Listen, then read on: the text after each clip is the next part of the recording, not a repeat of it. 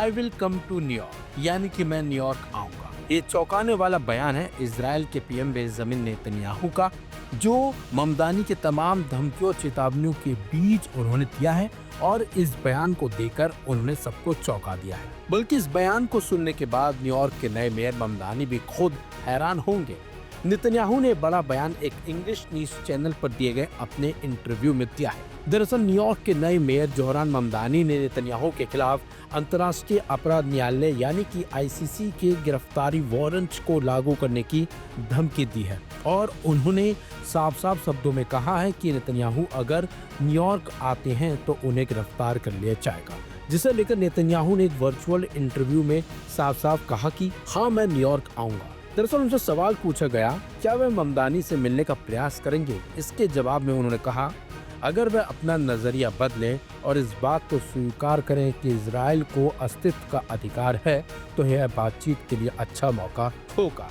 बता दें आपको, डेमोक्रेटिक नेता जोहरान ममदानी न्यूयॉर्क के इतिहास में पहले मुस्लिम और दक्षिण एशियाई अमेरिकी मेयर बने हैं। ममदानी ने कई बार स्पष्ट किया है कि वे इजराइल के अस्तित्व के अधिकार के विरोधी नहीं हैं, लेकिन नेतन्याहू पर आईसीसी के गंभीर आरोपों का सामना करने की आवश्यकता बताते हैं। ममदानी ने साफ साफ कहा था कि अगर नेतन्याहू न्यूयॉर्क आएंगे तो वह पुलिस भेजकर उन्हें गिरफ्तार करेंगे। हालांकि चूंकि अमेरिका आईसीसी का सदस्य नहीं है, इसलिए विशेषज्ञों का कहना है कि ममदानी के पास कानूनी तौर पर आईसीसी वारंट लागू कराने की शक्ति नहीं है। और तो और स्थिति और जटिल हो गई है क्योंकि राष्ट्रपति डोनाल्ड ट्रंप ने खुलकर नेतन्याहू का समर्थन जो किया है।